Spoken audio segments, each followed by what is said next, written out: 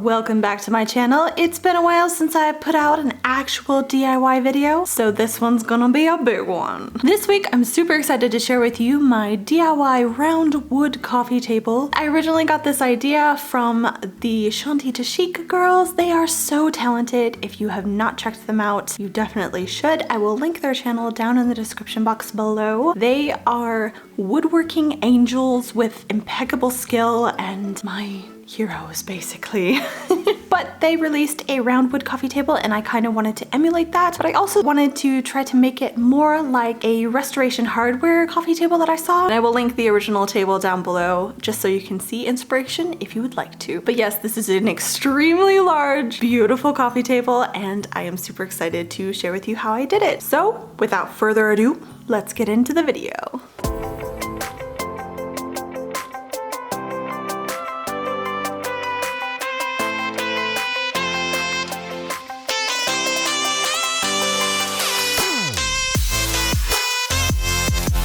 So now that all of my big boards are cut in half and now I have 14 shorter boards, I took 7 of them and I'm going to create the circular top and bottom of the coffee table with those. I measured the exact middle lengthwise and widthwise of the center board and then I placed a screw. I screwed it just down enough to get it to be secure but not all the way through. And then I attached a piece of jute to the radius of the circle that I wanted and then I just traced a circle all around.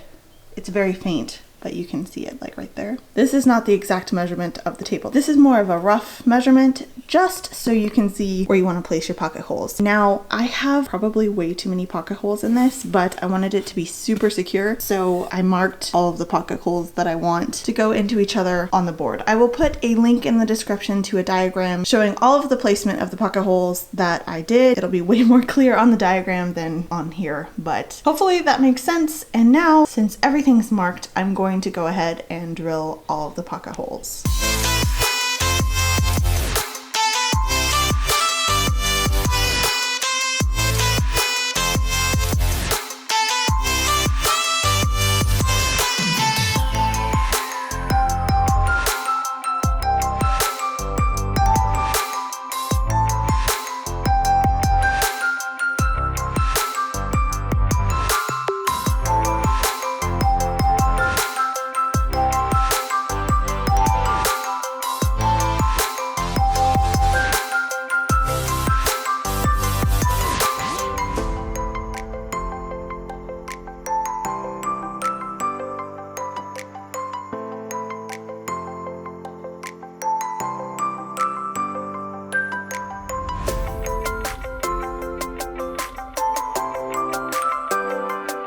Okay, you guys, so I am now to the point where I'm going to cut out the circle, and to be honest, I am terrified.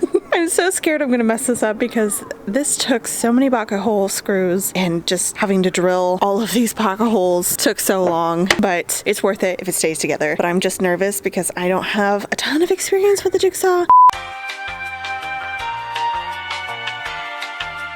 I wanted to explain this piece right here. So this is a jig to cut out a circle. I made this. You can buy them. I will link a couple options in the description for ones that you can buy. I will also link the DIY tutorial / instructional video that I watched in order to make this. I'm not going to show you me making this because it's not the prettiest tool. It's mostly for function. So to use the jig, you just screw into the center of your board and align it with the hole on that strip that equals the radius of the circle that you want to cut out. And then it swings perfectly in a circle. So I built this jig to custom fit my jigsaw, but it didn't end up working too well. Okay, that was a complete and utter fail. I mean, the jig works great. The jigsaw does not cut through this at all. I got this far and this blade is so, it's like hotter than the surface of the sun as I touch it, you know, because YOLO. Okay, first of all, do as I say, not as I do, because After much trial and error, I realized that the jig with the jigsaw did not work because the wood was too thick. I used 2x8s, 2x6s. I used 2x somethings. And it was just too thick for the blade to cut in that much of a curve all at once. So what I ended up doing was I took the jig off, and I had that marking around, you know, the rough marking. So I just tried to do it by hand, because at this point I was really trying not to buy a router because power tools are expensive and I wanted to keep this project, you know, as cost effective as possible. So I ended up cutting one freehand just based on the rough circle that I drew out for the pocket holes, and I kind of ruined it. It doesn't cut very smoothly, and it cuts kind of on an angle as well. And then on a couple places it cut way too much in this. And this is the good side. This is the top of the coffee table. So after that fail, I ended up having to buy all new wood because I had cut it too far in and it was going to be way too small. So I ended up having to buy wood and buy a router. The router that I got is a plunge router by Ryobi. It's what I saw Shanti to Shake using, and the bit that I got is not the one that they recommended. It's a far cheaper one because I ain't gonna buy a $70 bit cheap. I will link the bits that I got down in the description box below so you can check it out if you happen to try this project. Okay, my friends, a great many things have happened since I last filmed. I ended up taking the same tool that I built for the jigsaw and I attached it to my router.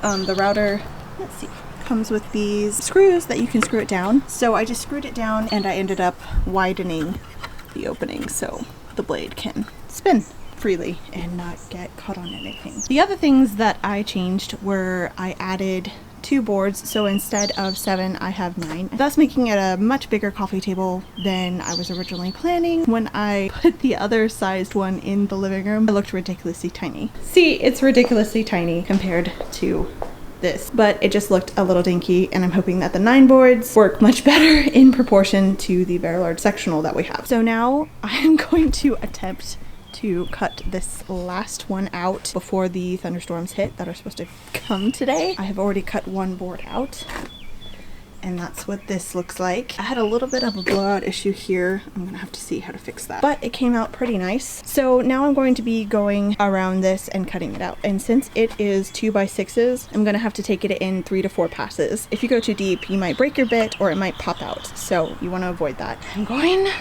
to now try to get this all done before the rain hits.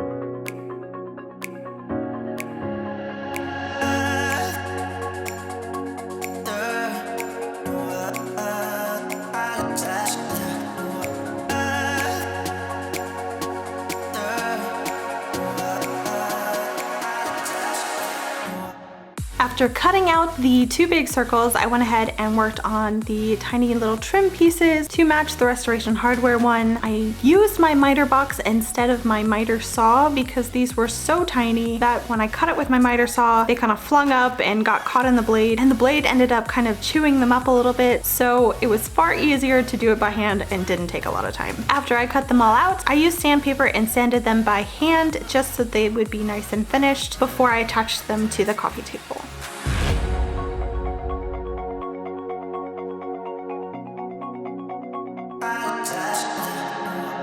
And now they are both cut out, Please ignore my disaster of a house. This is just how projects go. This is the top piece, or what I'm going to use for the top, but it's the bottom side, as you can see with the pocket holes there. So basically, when it's done, this is going to flip up. I'm attaching the legs. So what I did is I drilled 2 pocket holes, one on each side on the back, and I attached it down to the top piece with a pocket hole there. So what I did here is I marked the center of this board. I made a line here and I made it drop down just a tad. And then I marked the center of this board and I'm just lining up the 2 lines here. So now I'm going to use wood glue and screw it all down.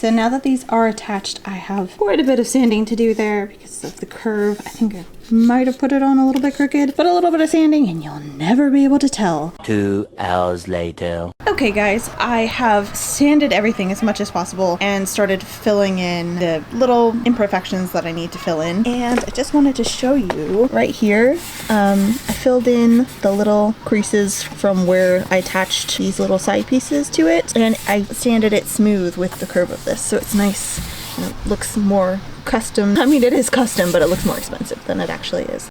So after sanding, it was time to attach the bottom to the rest of it. So I ended up flipping the top upside down and I was going to attach the bottom through the underside so you didn't have to see any screws or anything. I marked the same lines and then used a countersink bit to drill into the bottom just so that the screw head would be hidden.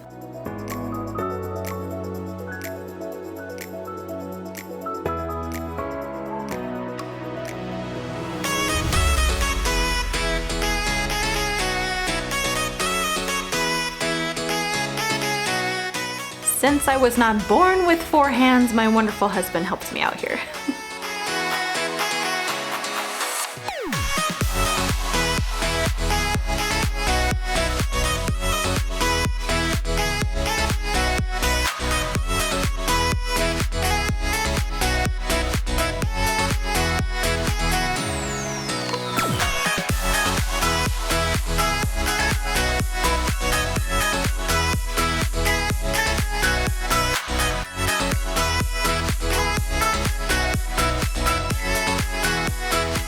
Pixel, you're ridiculous. It's fine. It's just a nail gun. Hey, you're fine. You're fine. You're fine, you're fine, you're fine. Hey, it's okay. Stop. You're crazy.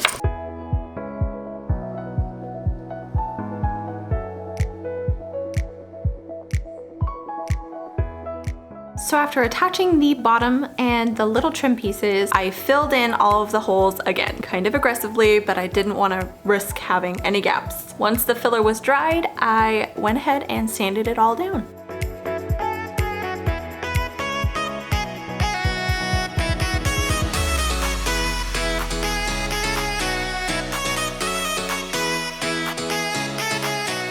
To stain it, I used my favorite combination of 50% Provincial and 50% Weathered Oak.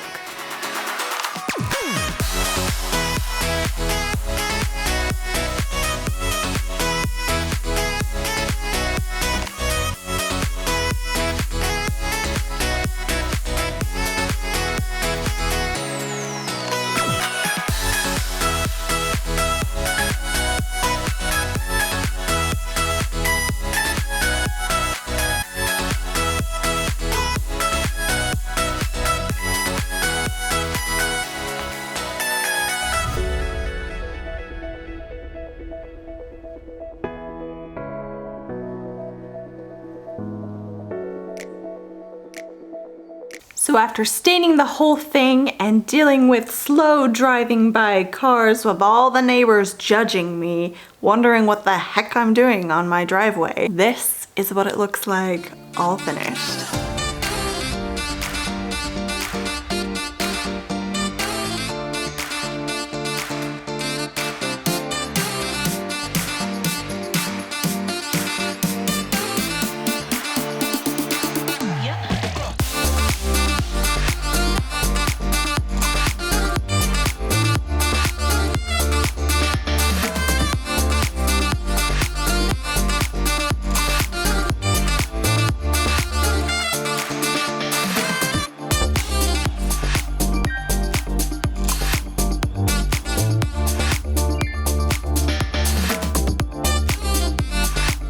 Thank you guys so much for watching this video. I hope you enjoyed it. I hope you either learned something, were entertained, or just inspired to try a DIY project of your own. As I said in the video, all of the plans slash measurements slash everything that I think of to put together will be in the description for you to check out in case you want to try to replicate this. I'm super happy with how it came out. It has been so durable. I've had such struggles with finding the perfect coffee table, and this one is it. I was thinking that the sheer size of it would make it kind of like unmanageable, but the round edges is like you can just walk around it with ease, and I don't know why I haven't done this before. But overall, it was totally worth the blood, sweat, and tears that went into this. So yeah, that's all I have for you guys this week. I hope you guys all have amazing weeks, and I will see you guys in the next video. As always, bye guys!